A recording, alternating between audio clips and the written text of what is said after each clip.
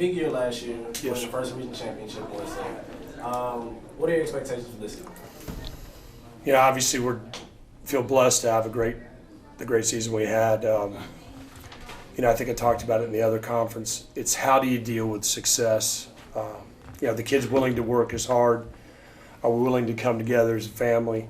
And, are we going to grind every day and get ready to make plays that'll help us win another region championship? Obviously we were 1 seed last year. We got to host 2 playoff games. And after losing to Etowah, we sat in the weight room and talked about a commitment, to not be in that same situation. And, it's a process, and I think the kids have really bought into trying to better our success. And, the ultimate goal is obviously getting to the state championship. Is there a 2 to 3 game stretch that you feel can make or break your season? Yeah, Coach Love kind of sets up the season in different, we have our first 3 games are non-region, and they're mostly spread teams. Then we kind of get into, after our off week, we play Pebblebrook, who's bringing in a wing T coach. We play East Coweta wing T, Coach Purdue. And then we play Noonan, which is a 2-back running team. And then that last stretch probably will help decide. I would think the Etowah, Noonan, Langston, those 3 games, Langston being our chief rival, and then the 2 Coweta schools are permanent fixtures in the playoffs. So, we just got to get to that point with some success and stay healthy, and I think we'll be fine. Are there any notable losses or transfers that can make a difference? I would say, obviously, losing Nigel, him transferring to Ridge, just because he was part of the family.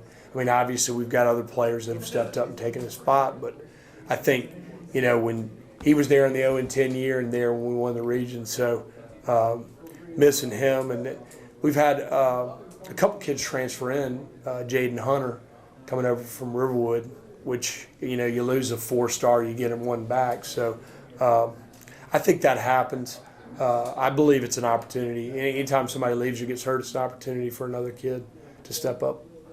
Coach, remind me what your title was. Are you My name's Alan Gordon. I'm the defensive coordinator. I know you don't have to face him in games, but I saw the gentleman that plays quarterback for you, and he made me look small. That's your quarterback? Is he about 6'7"? Is that your quarterback at Westlake? No. Okay, it's somebody else. No, that's the guy that plays for the Panthers. No, I know that. Trust me, I know that. No, I worked out there. He needs to play tackle. He did play tackle. Just talk to me about the fact that your region is so strong, and the fact that each game, each week is a challenge, and the fact that there's not one easy game when I'm looking at this schedule. We definitely know that. Obviously our first 3 games are kind of getting ready for that region. We fortunately have a week off, and because Coach Love's come from Camden, we have a great understanding of the wing T. We actually saw it yesterday against Stevenson, and you can understand it, but you still have to rep it. And we'll have a week of getting ready for Pellbrook, which is bringing in. I believe that coach is from Cross Keys, and he won a state championship up in Virginia. So then that'll get us ready for East Coweta, and Coach Pardue's famous coach and won state championship, stuff like that. I have a feeling we're on their radar now, and that's what Coach Love's talked about. We got a big target on us, and then we go to Noonan, and fortunately, Noonan's coming to us. It's our region set up. We don't have to go to Coweta twice, but they're coming to us. I hate to say it, but I feel like those coaches are great coaches, but I think they're kind of fighting for their life, so they're really going to be hungry. And then we have Langston, and I think it probably irritates Langston that we won a region championship. They were probably trying to go for a 3-peat, and Coach Cannon kind of poor mouthed. Well, he's got 3-3 coming back, but those 3-3 are pretty darn good. and they have good. They've established a winning program, so that's going to be a war. Fortunately, it's at home, and I think it's our homecoming, isn't it?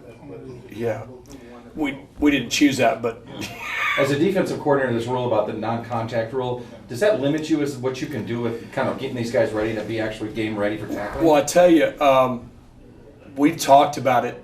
You know, Coach Owens, the offensive coordinator, Coach Love, and I, we map out our practice schedule, and I'm the one that actually is the secretary and types it up. We have to actually highlight areas that are contact, and we've actually gone. Coach Smith used to do it with the Falcons, but I'm sure Coach does it there now. If you've ever watched a pro practice, they'll have periods, and we've done it, where I'll say, take your helmet off. Right. We're just doing a walkthrough. Well, that's a non-contact. You're wearing pads, but you really have to do that. It's hard when it's really warm because symptoms of heat, stress, and concussions are similar. So the dazed and confused, you got to be able to know, is that because he just rung his bell or is he not hydrated?